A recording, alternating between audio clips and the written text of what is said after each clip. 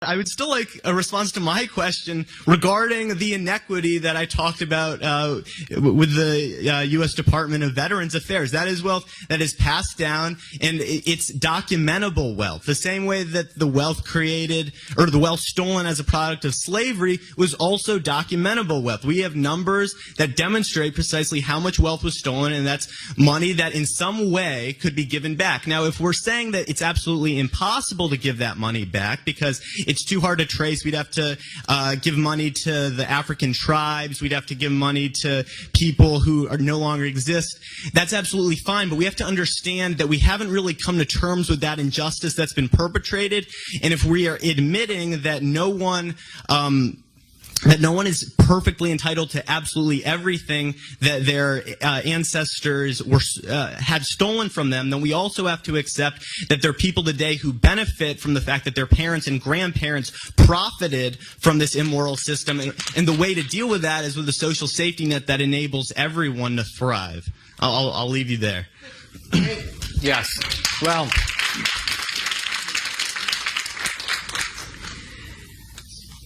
the core of the American system, this will actually answers your question directly, is that what do we do about the conquest ethic of the past? And here there are two options. There are two options. One option is we establish equal rights under the law. That was the solution of the civil rights movement, that we have had race-based discrimination, we've had racial hierarchy. Let's stop. Let's treat people according to the color of this, according to the content of their character. Equal rights under the law. Equal rights under the law. The other option, which you're defending, is you could essentially call it, let's correct for history. Let's correct for history. Let's try to find out who are the people in possession of stolen goods, and let's return it. Now, the first thing I'm trying to say is, this is a hugely controversial principle because it actually involves wrecking the freedom of a free society. You basically have to put it frankly, if we were to carry that out, go into people's homes and take their stuff. Take their furniture, take their cars. You don't seem to have even the guts to do that. You don't have the moral self-confidence to do it yourself. It may be, if I am advocating a rule of social justice and I'm advocating it for the whole society, before I persuade everybody else, let's say I'm a Christian and I believe everybody should give 10% of their wealth to help the poor.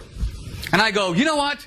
The Bible says this, the Bible says that, everybody should give 10% of their wealth to help the poor. And somebody says, Dinesh, are you giving 10% of your wealth? And I'm like, actually no, but I did do some tutoring. And you go, wait a minute, aren't you advocating, aren't you saying that there is a moral duty to do this? Why don't you do it? Before you convince us, you do it. And you're like, I don't think I should do it because society is extremely complex, and I don't think I should do it unless everybody else does it. No. Either you believe in it and you do it. Once you've done it, you might impress us. And then you might convince the rest of us that our wealth is also ill-gotten. But you can't do it. And I'm not trying to indict everybody of hypocrisy, only you. Because you're the one who said, I'm the beneficiary of illicit privilege. So you're a really good starting point, because I'm asking, if you're in possession of stolen goods, why aren't you willing to return them? So that's why fundamentally I see your charity. You know, during the Civil War, there was a guy who goes, I'm very happy to give, I've given 3 cousins to the war and I'm ready to sacrifice my wife's brother. That's basically your ethics. You're willing to have social justice if other people pay, but you're not willing to pay. So that's the problem. And that's the problem with the progressivism that marches behind social justice while protecting its own privileges. You know how you said, we all have to survive. Really? You have to be at Amherst to survive? You don't have to be at Amherst to survive. You have to be at Amherst to benefit. You have to be at Amherst because you're getting opportunities at this college that many other people are not getting. So if you say you believe in equal opportunity, you're a hypocrite. Because you are taking advantage of opportunities unavailable to others. But for you, this hypocrisy is fully justified because you are militating on behalf of the poor. But if you are against privilege, this college is privilege. So there's a glaring hypocrisy, and you will never turn your moral mirror on yourself to say, what am I doing about it? That's my point. For you, society should act before you do, to enforce your moral code. Let's take a couple more questions.